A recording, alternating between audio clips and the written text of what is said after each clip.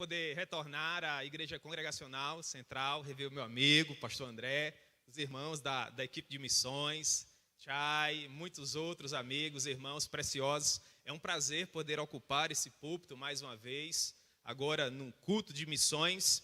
E nós vamos pensar um pouco, irmãos, a respeito do seguinte tema: missões e a glória de Deus. Amém? Missões e a glória de Deus. Antes de nós lermos aqui o texto nas Sagradas Escrituras, também gostaria de parabenizar a igreja pelo centenário, pelos 100 anos.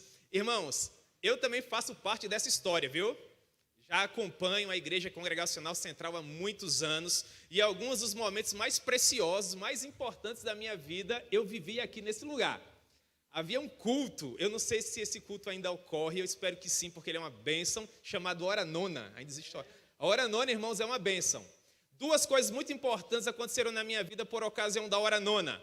No primeiro momento, eu senti de Deus, assim, no coração, uma convicção inabalável de que Deus havia me chamado para ser um pastor, um ministro do Evangelho. Eu sentia isso no meu coração e eu orava e buscava a Deus e procurava por confirmação para que Deus viesse a me orientar, para que a última palavra quanto a isso na minha vida fosse de Deus. E assim, no culto da Hora Nona, irmãos, Deus falou comigo de uma maneira muito forte. Eu decidi entregar a minha vida para ser um ministro do Evangelho e eu estou muito feliz por isso. Eu gostaria de ter 1000 outras vidas para em todas elas ser um pastor, um pregador do Evangelho. E a Hora Nona foi o canal, foi o veículo que Deus utilizou para trazer essa convicção ao meu coração. Então essa foi a primeira experiência muito preciosa.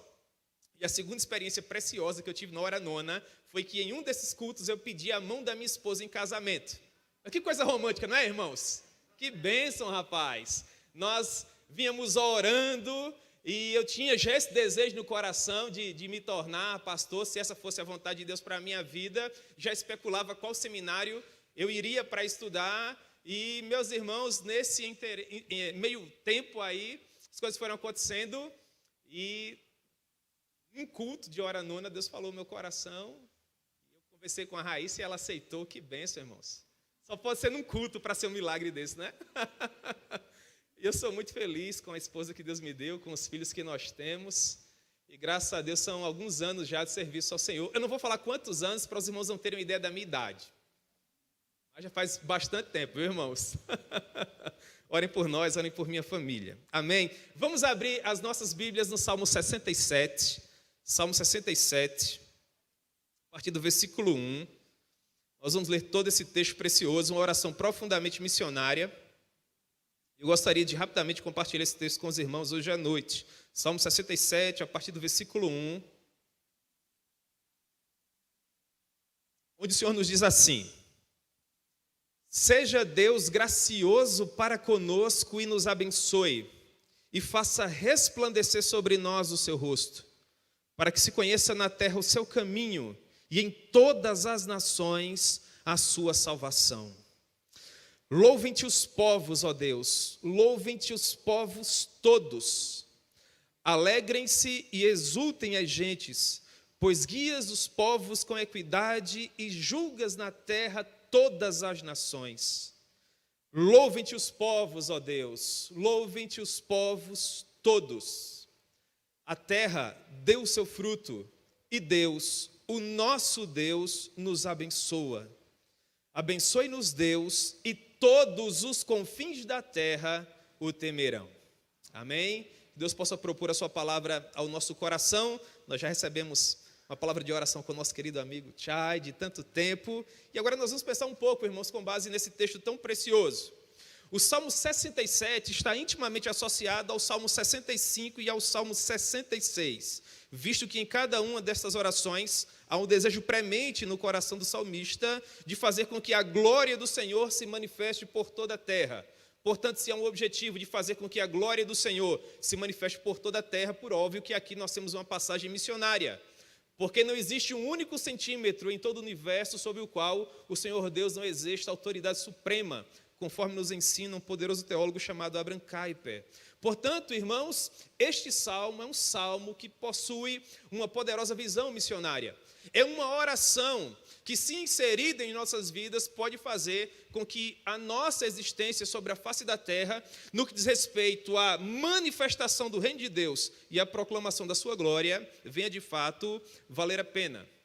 Nós, infelizmente, não sabemos quem foi o autor desse salmo, mas pelo vocabulário que ele usa, pelo estilo que ele impõe a esse texto tão precioso, nós entendemos que ele é um salmo do período monárquico, do apogeu da monarquia em Israel, muito parecido com os salmos que foram compostos por Davi, né, o mavioso cantor de Israel. Portanto, existem inclusive alguns doutrinadores que entendem que este salmo pode, quem sabe, ser atribuído a Davi, se bem que ele não esteve assinando, assim como nos demais salmos da sua autoria.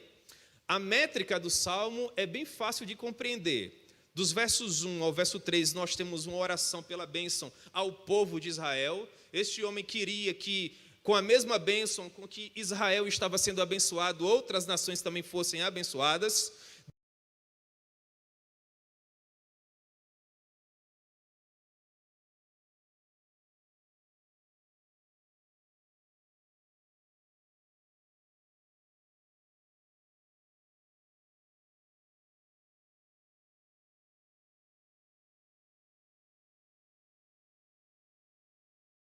Expandir o reino de Deus, este homem ora para que Deus atenda a duas petições que ele havia feito a princípio, fazendo uma resolução com o Senhor, fazendo um voto, como nós costumamos dizer nos dias atuais, no sentido de que, se Deus atendesse essa oração, ele faria com que a vida dele se tornasse um farol a fulgurar, a manifestar a glória do Senhor até os confins da terra. Esse homem sabia que a missão última, que a missão precípua do povo de Deus era de fato libertar aqueles que ainda viviam sob as garras do inimigo, agrilhoados como que marionetes nas mãos de Satanás, e esse homem queria libertar pessoas, queria pregar o ano aceitável do Senhor, queria fazer com que a luz do Evangelho viesse a resplandecer sobre aqueles que ainda vivem, infelizmente, sobre crassas trevas. Portanto, é uma oração de fato muito apropriada aos dias atuais, irmãos. Porque ainda hoje existe uma miríade de pessoas que infelizmente ainda não conseguem discernir, espiritualmente falando, a mão esquerda da mão direita. Não sabem de onde saíram, não sabem de onde estão, não sabem para onde vão.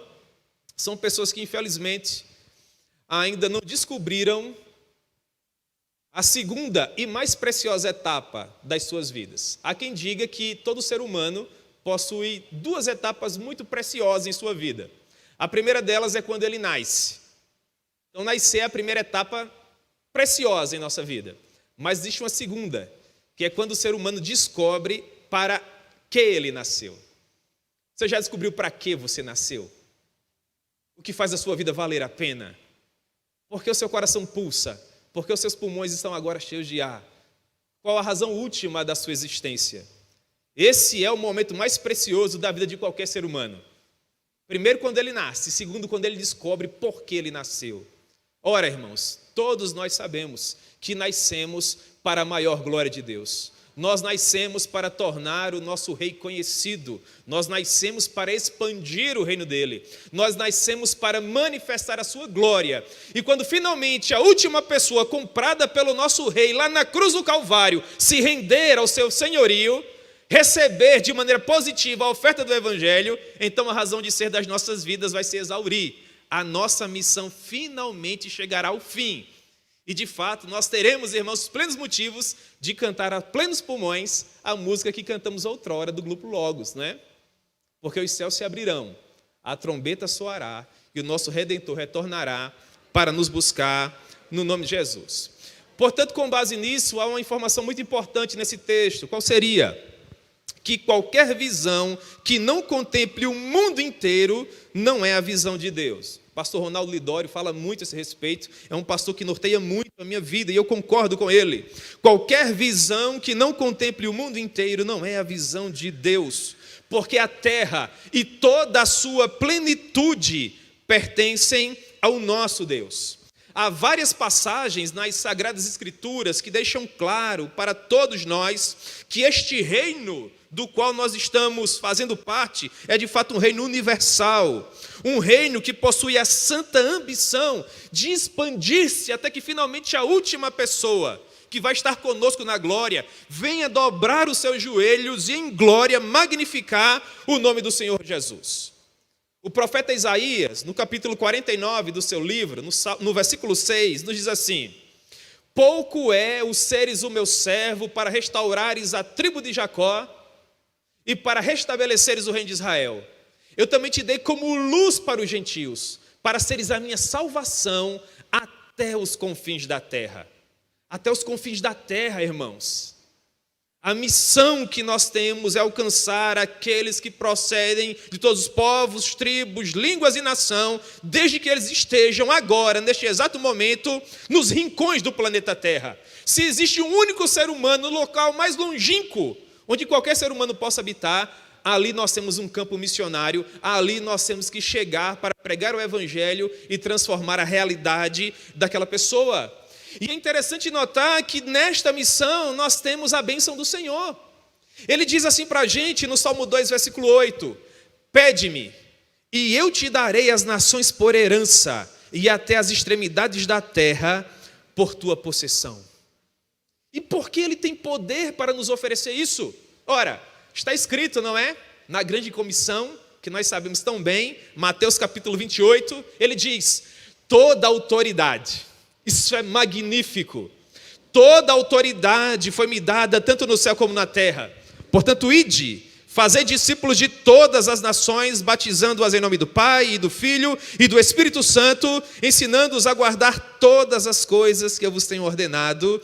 E eis que eu estarei convosco todos os dias, até a consumação dos séculos. Perceba como o Senhor Jesus é completamente apaixonado por sua própria glória. Ele diz: me foi dada toda a autoridade sobre todas as nações, para que vocês ensinem a estas pessoas todas as coisas que eu vos ensinei. E eis que eu estarei convosco todos os dias. Perceba, a ideia é sempre de completude. São todas as nações, ensinando-lhes todas as coisas, todos os dias, até a consumação dos séculos. Verdadeiramente o nosso Deus tem autoridade para nos enviar onde Ele quer. E onde quer que nós estivermos fazendo a vontade de Deus, ali a bênção do Senhor repousará sobre nós.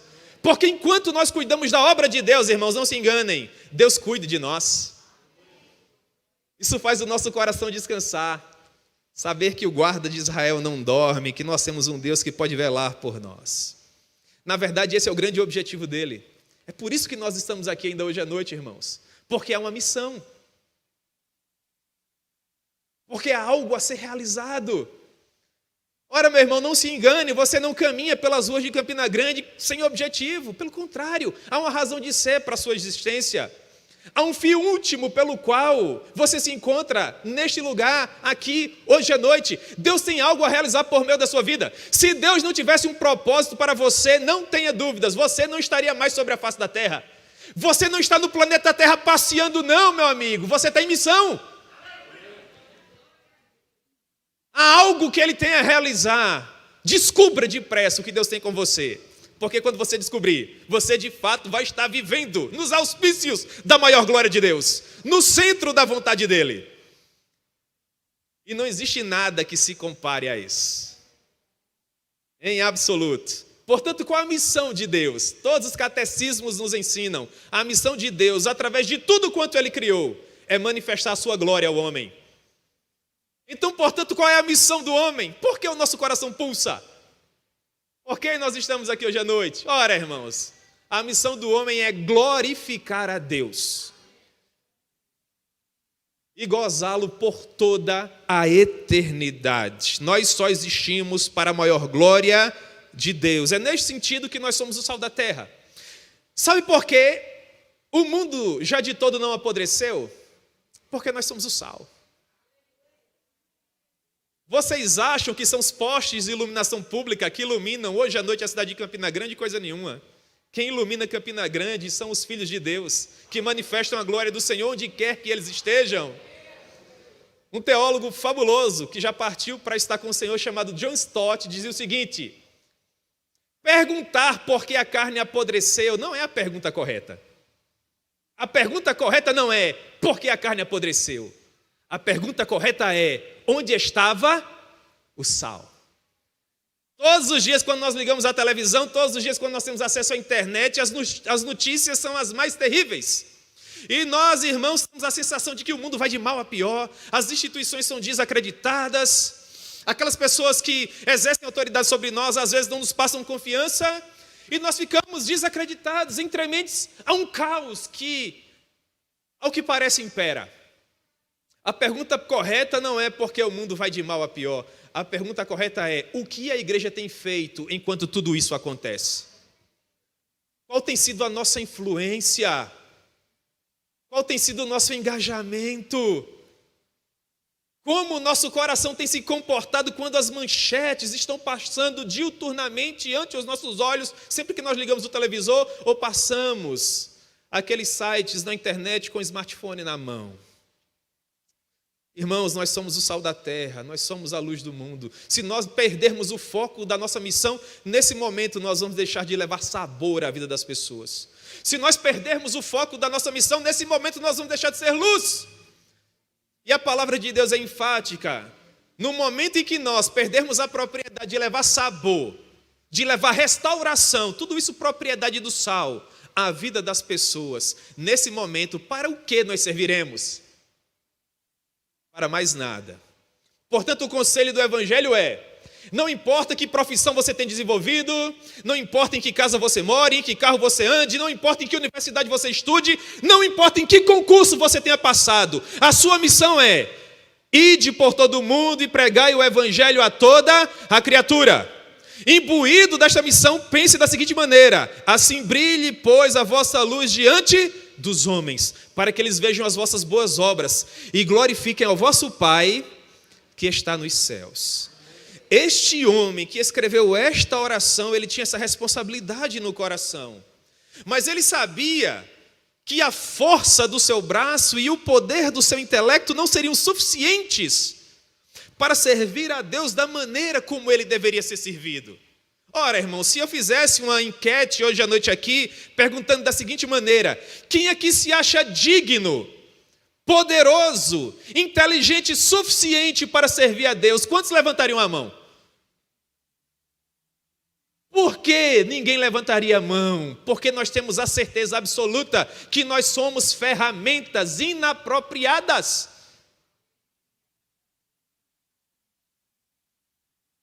Nós não somos os mais poderosos, nós não somos os mais inteligentes, nós não somos os mais preparados. Isso é fato, irmãos.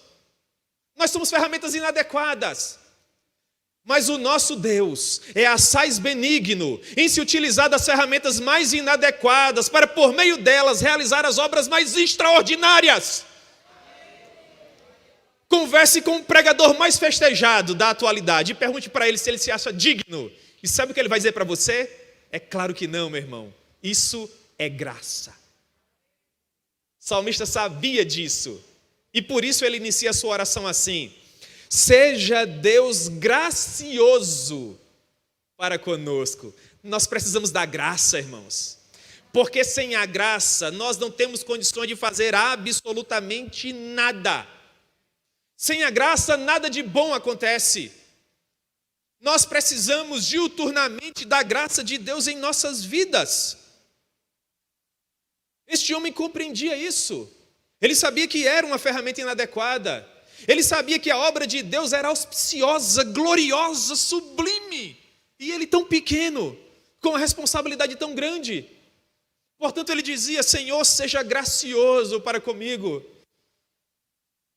Quando a oportunidade surgir de pregar o teu evangelho, me conceda a voz que eu preciso. Quando a oportunidade surgir de influenciar uma pessoa à luz das Sagradas Escrituras, dê-me a sabedoria devida. Que seja o Senhor e não eu. Que oração preciosa, irmãos. E clamando por essa graça que é suficiente para nos salvar e nos levar até os portões eternais, ele pedia duas coisas preciosas a Deus. Duas coisas que nós também devemos pedir. Ele dizia: seja Deus gracioso para conosco e, em primeiro lugar, nos abençoe. E em segundo lugar, faça resplandecer sobre nós o rosto.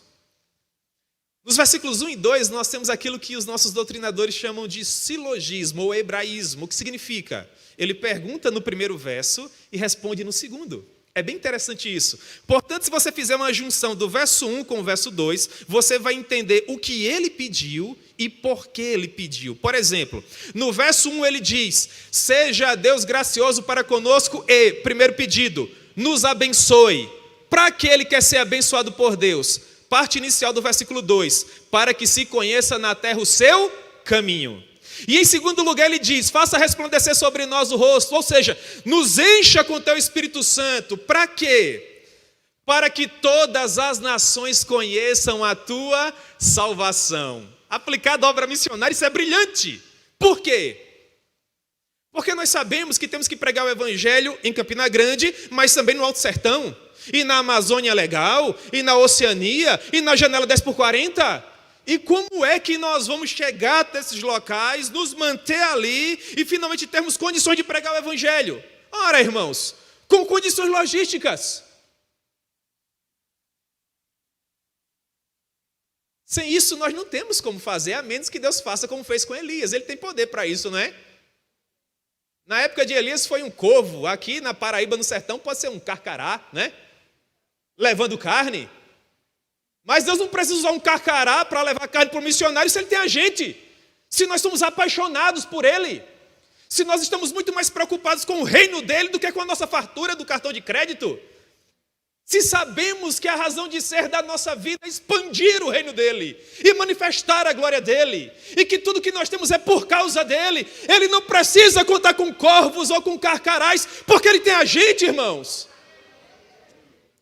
Então o missionário diz: abençoe-me, Senhor, para que as nações conheçam o teu caminho. Meus irmãos, nós precisamos de condições para fazer a obra de Deus. O missionário, ele tem que comprar a passagem, ele tem que alugar a casa, os filhos dele têm que ir para a escola, assim como nós. O salmista sabia disso. Portanto, ele diz: Senhor, dá-me condições de fazer a tua obra. Porque para fazer a tua obra, Senhor, nós precisamos de recursos. Mas a maneira com que ele pede isso é sublime, é maravilhosa. Ele diz: abençoe-me, para quê? Para a minha própria glória? Não, ele diz: abençoe-me para que se conheça na terra o teu caminho. Que aplicação nós podemos fazer para as nossas vidas? Que tudo que nós não temos para nós mesmos. O que nós temos para a glória de Deus. A casa que você tem, meu irmão, não é sua, é de Deus. O carro que você tem não é seu, é de Deus. Ora, nós cantamos a todo tempo, porque dele, por ele, para ele são todas as coisas. Ele é o Senhor de tudo. Ele reina entronizado sobre todo o universo. E nós estamos em falta com ele, irmãos, quando temos apenas para nós. Porque a nossa missão é abençoarmos todos os povos com a bênção com a qual nós temos sido abençoados por Deus. Ele diz: Senhor, me abençoe. Me abençoe com um bom emprego, me abençoe com uma boa casa, deixa eu elaborar aqui com um bom carro, porque eu quero que tudo isso se manifeste em glória ao teu nome. Eu quero expandir o teu reino com isso.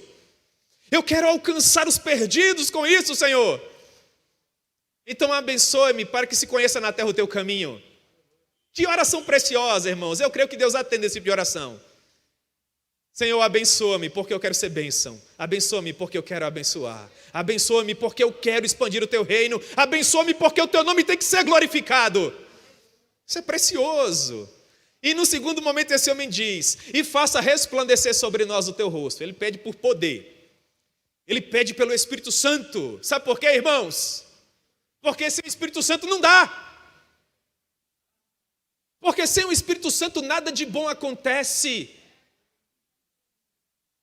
É por isso que o Senhor Jesus diz assim, final do Evangelho de Lucas, Lucas 24:49. Ele diz: sem o Espírito Santo não saia de Jerusalém.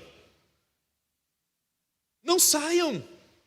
Em Atos, capítulo 1, versículo 10, ele diz: permaneçam da cidade até que vocês recebam a promessa do alto. Aí finalmente em Atos 1:8, a gente sabe de cor, né, irmãos?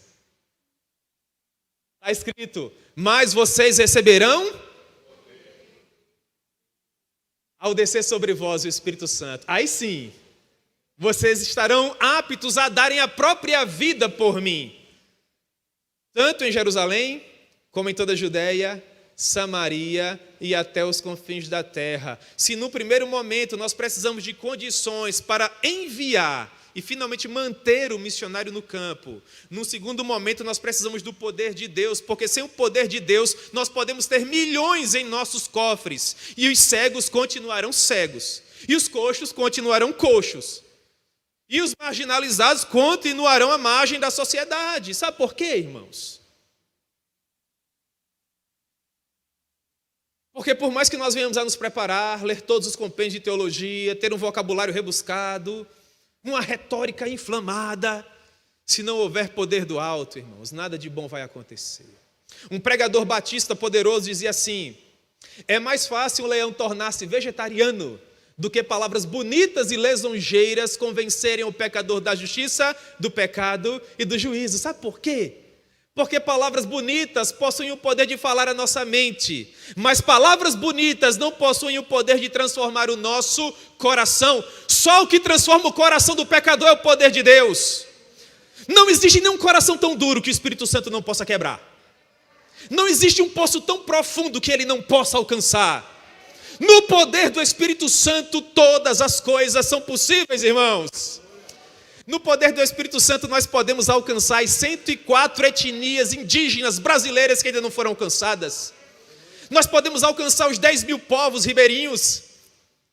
Nós podemos alcançar os 6 mil assentamentos sertanejos. Nós podemos alcançar os 2 milhões de ciganos. Nós podemos alcançar os 9 milhões de surdos e mudos. Nós podemos alcançar os mais ricos dos ricos e os mais pobres dos pobres, no poder do Espírito Santo. No poder do Espírito Santo, nós podemos alcançar os 16 mil povos que ainda não ouviram o Evangelho. 16 mil povos. No poder do Espírito Santo, nós podemos alcançar os 7 mil povos, onde nunca o missionário colocou os pés. No poder do Espírito Santo, irmãos, nós podemos mudar a estimativa que diz que para cada 1.800 crentes, nós temos um missionário transcultural. Você sabia que estima-se que atualmente no mundo nós tenhamos pelo menos 400 mil missionários transculturais? Desses 400 mil, 3%, ao que parece, se encontram agora na janela 10/40, que é a região mais difícil de ser alcançada atualmente na face do globo terrestre. Um universo, conforme o nosso irmão aqui falou, de 2 bilhões de pessoas para 4 mil missionários. No poder do Espírito Santo, irmãos, nós podemos transformar tudo isso para a glória de Deus. Para a glória de Deus. Portanto, imbuído dessa responsabilidade, ele diz no versículo 3: louvem-te todos os povos, ó Deus, que todos os povos te louvem. Esse homem queria fazer com que a vida dele viesse a valer a pena. Ele diz: Senhor, é muito pouco para mim ser abençoado por ti, se essa bênção se restringe à minha vida. Eu não quero ser como o mar morto, que de tanto receber, sem conseguir doar, morreu em si mesmo, perdeu a sua razão de ser, e recebeu sabiamente essa nomenclatura, mar morto. Eu quero que a minha vida seja uma fonte a fluir a tua bênção, de modo a alcançar até os confins da terra. Mas eu só posso fazer isso no poder do Espírito Santo. E a razão última desses 2 pedidos é fazer com que todos os povos te louvem. Que todos os povos te louvem. Essa deve ser a nossa oração, irmãos. Porque não existe, como eu já falei para vocês, um único centímetro em todo o universo que não seja de propriedade do nosso Deus. E enquanto nós estamos aqui hoje à noite, nos postos de gasolina, espalhados pelas rodovias da vida, há crianças de 11, 12, 13 anos vendendo o próprio corpo. Agora, hoje à noite, há um papai e uma mamãe que não tem paz para sair de casa e vir para um culto, assim como você está aqui hoje à noite, porque se ele der bobeira, o filho foge de casa e vai comprar droga, e foge com a televisão, e foge com o rádio, e foge com o salário do mês, aí não tem feira, irmãos.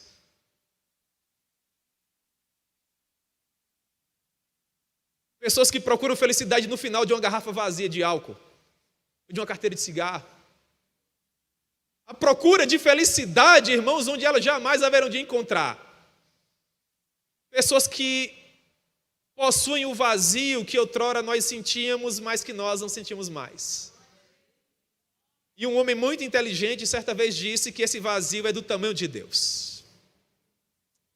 Se o vazio é do tamanho de Deus, tem como preencher com álcool, irmãos? Tem como preencher com cigarro?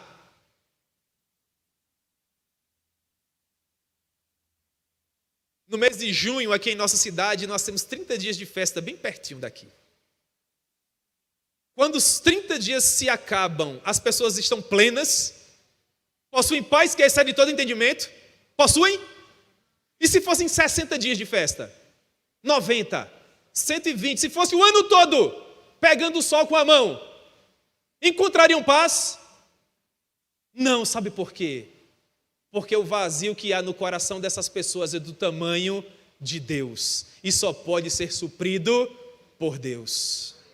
Nós não temos condições de colocar a nossa cabeça no travesseiro e dormir em paz enquanto essas pessoas permanecem dessa maneira, irmãos. Então o salmista diz no versículo 4: alegrem-se e exultem as gentes, ou seja, todos os gentios, pois julgas os povos com equidade e guias na terra todas as nações. O que ele nos ensina com isso? Que há esperança no Evangelho. As pessoas estão às voltas, porque elas entendem que não há razão de ser para sua alegria, porque por mais que elas procurem alegria e satisfação, tudo que elas encontram é dor de cabeça, dar com a cara na parede e outros prejuízos. Mas nós possuímos a paz que excede todo o entendimento. As pessoas estão às voltas porque se sentem injustiçadas, porque não se sentem amadas, estão em verdadeiros calabouços emocionais. Nunca foi maior o consumo de remédios que procuram amainar a grande complicação que há nas mentes das pessoas, de modo que elas não conseguem dormir, e quando estão acordadas não conseguem ter paz, e dessa maneira, diuturnamente, elas acham que não há razão de ser para suas vidas. São pessoas que infelizmente ainda não possuem esperança. Mas o salmista está dizendo que Deus julga todas as pessoas como iguais. E que Ele tem poder de guiar por uma vereda reta, por um bom caminho. Ele tem poder de escrever uma nova história para todos os povos que neste momento se espalham por sobre toda a face do planeta Terra. Porque o Evangelho do Senhor Jesus tem poder de transformar. É por isso, irmãos, que ele diz assim: vinde a mim todos vós. Isso é a cara da nossa geração, que estáis cansados e sobrecarregados, e eu vos aliviarei. Sabe o que é que me faz vibrar com essa passagem? É que Deus, ele não impõe condições. Ele diz assim: qual é o teu problema? Você foi desenganado pela medicina? Está cansado, sobrecarregado, está exaurido, você não tem mais esperança? Vem a mim! Está com problemas na empresa, está com problemas na escola, está com problemas na rua. Eu não estou pregando um Deus que só resolve problemas. Pelo contrário, eu estou pregando um Deus que se compadece, um Deus que pode te enxergar, um Deus que pode ter uma solução para a tua vida quando a medicina diz que não, quando a química diz que não, quando a física diz que não. Um Deus, irmãos, que é todo poderoso. Tão poderoso que pode transformar realidades, assim como transformou a minha e transformou a sua. Que fabuloso isso! E por conta desse objetivo, ele reitera o seu pedido. Versículo 5: louvem-te todos os povos, ó Deus, louvem-te os povos todos. Havia uma alegria inabalável no coração desse homem. Ele queria que as pessoas se rendessem ao Evangelho do Senhor Jesus. Aquilo que, alguns anos atrás, em outras épocas, nós chamávamos de primeiro amor. Você já ouviu essa expressão? Primeiro amor. Acho que todos nós aqui, em dado momento das nossas vidas, saboreamos o primeiro amor. É aquele momento em que nós queríamos que todos os povos louvassem a Deus. Você lembra desse momento? Quando você dava os seus primeiros passos no Evangelho, geralmente acontece assim: o café da manhã era Jesus. No almoço era Jesus mais uma vez. E no jantar, Jesus de novo. Primeira oportunidade que você tinha, você falar de Jesus. Você ia comprar o pão, estava lá a moça no balcão, você dizia assim: você já ouviu de Jesus? E a fila enorme atrás de você. Você ia pagar o pão no caixa, estava lá o rapaz do caixa, e você dizia para ele: você já ouviu falar de Jesus? E a fila maior ainda. Tempos áureos, não era, irmãos? Por que nós vivíamos nesse desfrute diário da glória de Deus de uma forma tão enfática? Porque naqueles primeiros dias nós estávamos saboreando o que é viver no desfrute diário de uma paz que excede todo o entendimento, e nós queríamos que todas as pessoas saboreassem a mesma coisa, portanto nós queríamos só falar de Jesus. Mas daí, irmãos, nós começamos a nos acostumar com isso. E os compromissos e as responsabilidades e tudo mais começam a somar a esse gozo do Evangelho que é inefável. E aí daí a pouco, irmãos, vai faltando tempo para falar mais de Jesus e para tentarmos alcançar cada vez mais pessoas. E nós justificamos isso com o fato de que o primeiro amor se foi. Mas é nosso dever lutar, irmãos, para que ele nunca se vá. É nosso dever orar a todo tempo para que as nossas mentes continuem sempre iluminadas pelo Evangelho e o nosso coração sempre pulse para a maior glória de Deus. Para a maior glória de Deus. Você sabia que Deus responde a esse tipo de oração? Deus responde. Há muita coisa que eu tenho pedido ao meu Deus há bastante tempo e Ele ainda não me respondeu, pelo menos não de uma maneira que eu tenha compreendido. Mas eu continuo confiante. Nesta oração, Deus respondeu de pronto. Você lembra dos dois pedidos? Ele diz: abençoe-me, Deus, para que se conheça na terra o seu caminho, e encha-me com teu Espírito Santo, para que todas as nações se rendam a ti. O pedido e o motivo pelo qual ele pediu. Nos versos 6 e 7, Deus vai responder a oração. Isso é impressionante. Ele diz assim, no primeiro momento: abençoe-nos, Deus. Olha para a porção inicial do versículo 6, está escrito: a terra deu o seu fruto. Isso é tão precioso, irmãos. Você sabia que tudo o que você precisa para fazer a obra de Deus você já tem? Tudo o que você precisa para fazer a obra de Deus você já tem. Você não precisa de mais nada. Olha para a tua vida. Olha como você já é abençoado. Por óbvio, irmãos, que nós temos expectativas, nós temos desejos, nós temos planos, nós queremos progredir. Mas aquilo que nós precisamos para fazer a nossa vida valer a pena, nós já temos. Nós já temos, irmãos. Deus já tem nos dado o que beber, Deus já tem nos dado o que comer, Deus já tem nos dado com o que se cobrir, e Ele disse: se a gente tiver isso, nós já devemos ter condições de fazer a obra dEle, portanto devemos estar com isto o quê? Satisfeitos. Não é precioso isso? Meus irmãos, Deus pode até nos dar conforto aqui, porque Ele é todo poderoso. E se Ele te der, louvado seja o nome do Senhor por isso, aproveite bastante. Mas em nenhum momento Deus nos promete conforto. O que Deus nos promete é uma guerra a ser travada. O que Deus nos promete é a certeza de que nós estaremos lutando todos os dias de nossas vidas pelo que é de mais importante sobre a face da terra, que é a alma de um homem. A alma de um homem vale mais que o mundo inteiro. E é isso que Deus nos assegura. E imbuídos dessa guerra, Ele nos diz assim: não se enganem, meus filhos, no mundo vocês terão aflições, porque vocês estão numa guerra. Mas tenham bom ânimo. Quando a poeira da batalha chegar ao fim e vocês erguerem os seus olhos às alturas, vocês verão que nós vencemos. Tenham bom ânimo. Eu venci o mundo. Nós estamos vencendo o mundo, irmãos, no poder da glória de Deus. Ele pedia por bênçãos, por condições materiais, e Deus o deu. Ele diz: a terra deu o seu fruto. Ele pedia por poder no Espírito Santo, e ele diz na porção final do versículo 6 que Deus, o nosso Deus, já tem nos abençoado. Fazer uma pergunta básica para você aqui, você não tem que me responder, só reflita a respeito. Você é cheio com o Espírito Santo, meu irmão? Todo cristão que é cheio com o Espírito Santo é um missionário em potencial. Sabe por quê? Porque o Espírito Santo pode nos fazer falar numa outra língua. O Espírito Santo pode nos fazer interpretar essa língua. O Espírito Santo pode nos dar palavra de sabedoria, o Espírito Santo pode nos dar palavra de conhecimento, o Espírito Santo pode nos dar fé. Tudo isso é maravilhoso. Mas sabe qual é a missão precípua do Espírito Santo? Sabe qual é a missão máxima do Espírito Santo? Sabe por que o Espírito Santo habita em você? A missão máxima, a missão precípua, o Espírito Santo habita em você para glorificar o nome de Jesus. A missão do Espírito é glorificar a pessoa bendita do Filho. Todo crente cheio do Espírito Santo é um crente capaz de viver para a maior glória de Jesus. E quando Jesus é mais glorificado? Quando nós realizamos a sua obra sobre a face da terra. Desta forma, irmãos, ele é glorificado. E finalmente ele conclui a sua oração de uma maneira muito corajosa. E com isso eu encerro a nossa reflexão. Ele diz, versículo 7, abençoe-nos Deus, e todos os confins da terra o temerão. Essa oração requer muita coragem.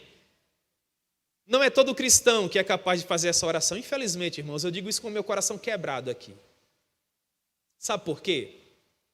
Porque houve uma geração que, quando via a glória de Deus, dizia assim, impactado por essa glória: eis-me aqui, envia-me a mim. Você lembra de Isaías 6, não é assim? Ele viu a glória de Deus, ficou magnificado, siderado, estupefado, de boca aberta. E quando ele viu a glória de Deus, Deus aproveita a oportunidade e fala assim: a quem eu enviarei para manifestar essa glória? Ah, irmãos, ele quer fazer a vida valer a pena e diz: eis-me aqui, envia-me a mim. A nossa geração já viu a glória de Deus. Por meio da pregação do Evangelho, nós temos condições de ver o Senhor Jesus dependurado na cruz, sangrando por nós, das 9 horas da manhã até as 3 horas da tarde. Ressuscitando ao terceiro dia para nos salvar. Isso é glória, irmãos. É a glória do Evangelho. Mas mesmo vendo essa mesma glória, tal qual o profeta Isaías viu, infelizmente o que a nossa geração tem dito, à luz dos números missionários, é: eis-me aqui, envia outro. Ou então deixa eu terminar a minha escola, ou deixa eu terminar a minha universidade, ou deixa eu passar no meu concurso, ou deixa eu me aposentar, ou deixa eu criar os meus netos, ou deixa eu terminar a minha coleção de selos. Vai ficar difícil porque, né, os correios não andam lá também, mas você pode concluir ainda. Você pode fazer tudo isso, meu irmão, enquanto vive para a glória de Deus.